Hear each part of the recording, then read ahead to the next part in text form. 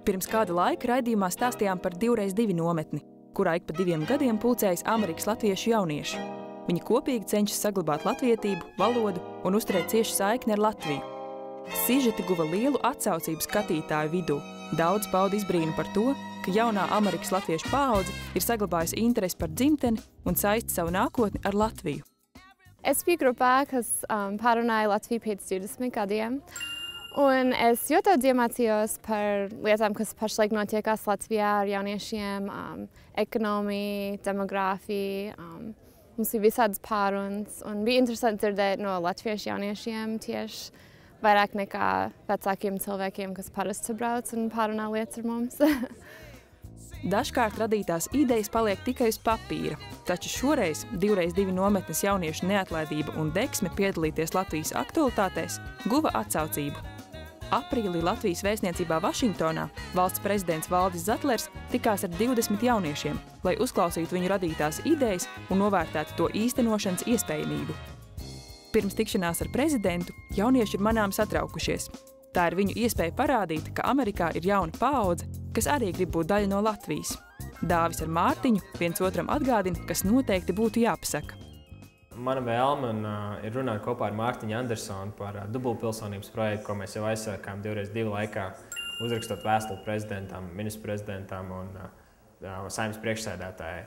Mēs nedaudz pastāstīsim par šo projektu, par vēstuli un tālākiem soļiem, ko mēs varam darīt, un redzot jau to, ka Latvija jau gatavojas skatīt caur šo pilsonības projektu, vienkārši vēlreiz saņemt atbalstu no prezidenta.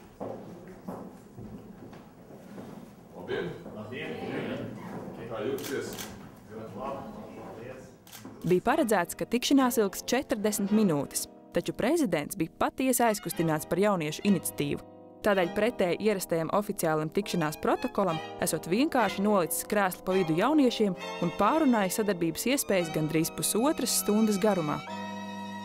Aivars Osvalds ir 2x2 nometnes rīkotājs un viens no iniciatoriem tam, lai Amerikas latviešu jauniešiem būtu iespēja prezentēt savas idejas Valdim Zatleram.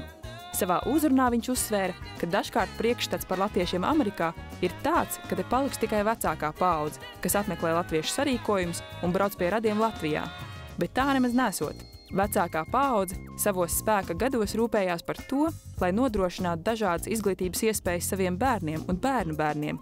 No prezidenta Aivars sagaidot, ka viņš, atgriežoties Latvijā, popularizēs idejas, ko dzirdējis no jauniešiem, lai tās varētu ieviest dzīvē.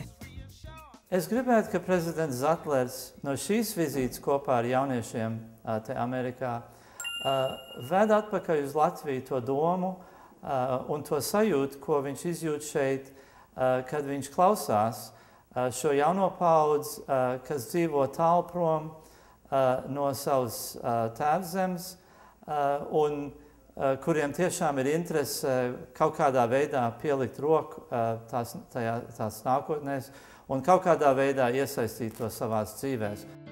Jaunieši prezentēja savas radītās idejas, lai veicinātu sadarbību ar Latviju. Idejas ir visdažādākās. Piemēram, uzsākt zinātnieku portālu tīmeklī, lai latviešu zinātnieki jebkurā pasaules malā spētu sadarboties un kopīgi radīt patentus. Mana ideja no 2x2 projektiem bija uzsākt zinātnieku portālu tīmeklī, kur zinātnieki no Amerikas un citām ārzemēm varētu sadarboties un sarunāties ar zinātniekiem Latvijā. Man personīgi bija interesi, jo es šeit nodarbojos ar vēža slimības pētniecību, bet es daudz nezinu par pētniecību Latvijā un kādu projektu un pētniecību notiekās tur. Savukārt Guna prezentēja ideju par latviešu valodas tīrības nodrošināšanu. Izmantojot sociālos portālus Facebook un Twitter, varētu izveidot sadaļu, kas šobrīd jau tiek arī realizēts, kurā katru nedēļu tiks publicēti jauni latviešu valodas vārdi, izteicieni, biežāk pieļauto valodas kļūdu labojumi un skaidrojumi.